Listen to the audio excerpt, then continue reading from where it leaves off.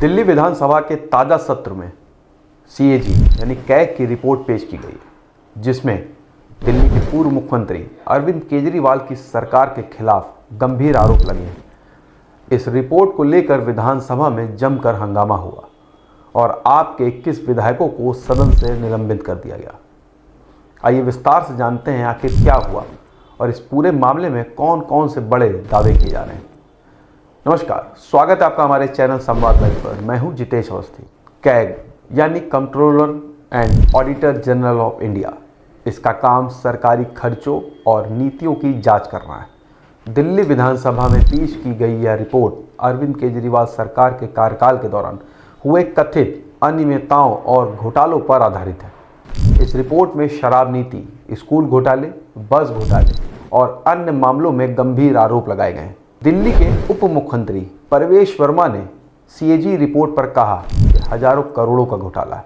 मुझे लगता है कि कैग रिपोर्ट के बाद अरविंद केजरीवाल को जनता से माफ़ी मांगनी चाहिए। जांच होगी और अरविंद केजरीवाल के ऊपर पहले से ही केस चल रहे हैं। मुझे नहीं लगता कि अरविंद केजरीवाल अपनी पूरी जिंदगी जेल से बाहर निकल पाएंगे। वहीं भाजपा सांसद मनोज तिवारी ने कहा, तार तार हिलेंगे, पुर्जे पुर्जे खुलेंगे। अरविंद केजरीवाल की इन आपराधिक कारस्तानियों का ये हश्र होगा कि पूरे दिल्ली के लोग ऐसे लोगों को कभी दोबारा सत्ता में नहीं आने देंगे।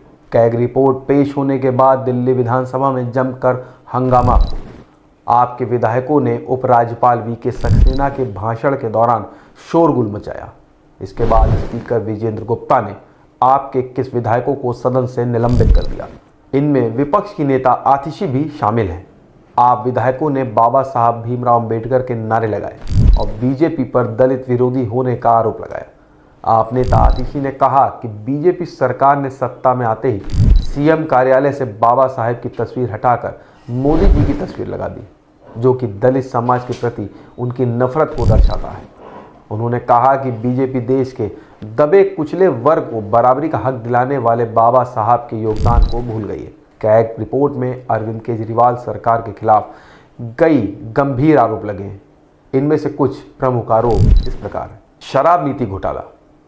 रिपोर्ट के मुताबिक शराब नीति के नाम पर सरकारी खजाने की लूट हुई। शराब के ठेकेदारों ने गलत तरीके से प्राइस कैलकुलेट किया और सरकार को करोड़ों का नुकसान हुआ।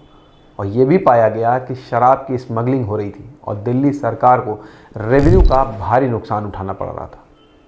पुरानी एक्साइज पॉलिसी में भ्रष्टाचार। रिपोर्ट में कहा गया है कि पुरानी एक्साइज पॉलिसी में भ्रष्टाचार के कारण हरियाणा और उत्तर प्रदेश से शराब स्मगल होकर दिल्ली आती थी।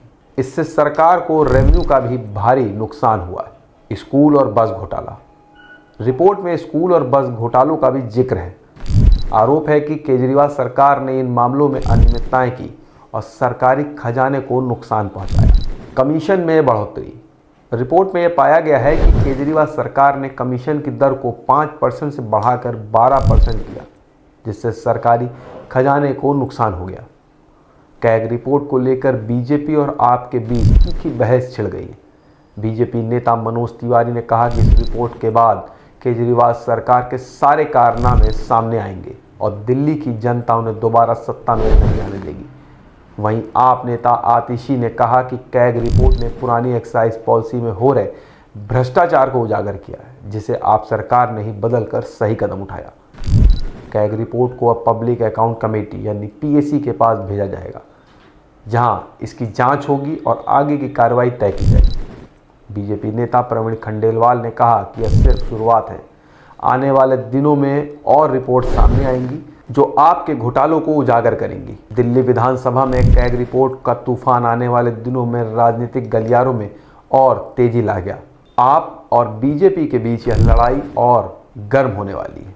दिल्ली की जनता इस पूरे मामले पर क्या राय रखती है, यह आने वाला समय में साफ हो जाएगा। अगर आपको यह वीडियो पसंद आया हो तो इसे लाइक करें, शेयर करें और चैनल को सब्सक्राइब नहीं किया हो तो आज ही करें। मिलेंगे एक नए वीडियो के साथ। नमस्कार।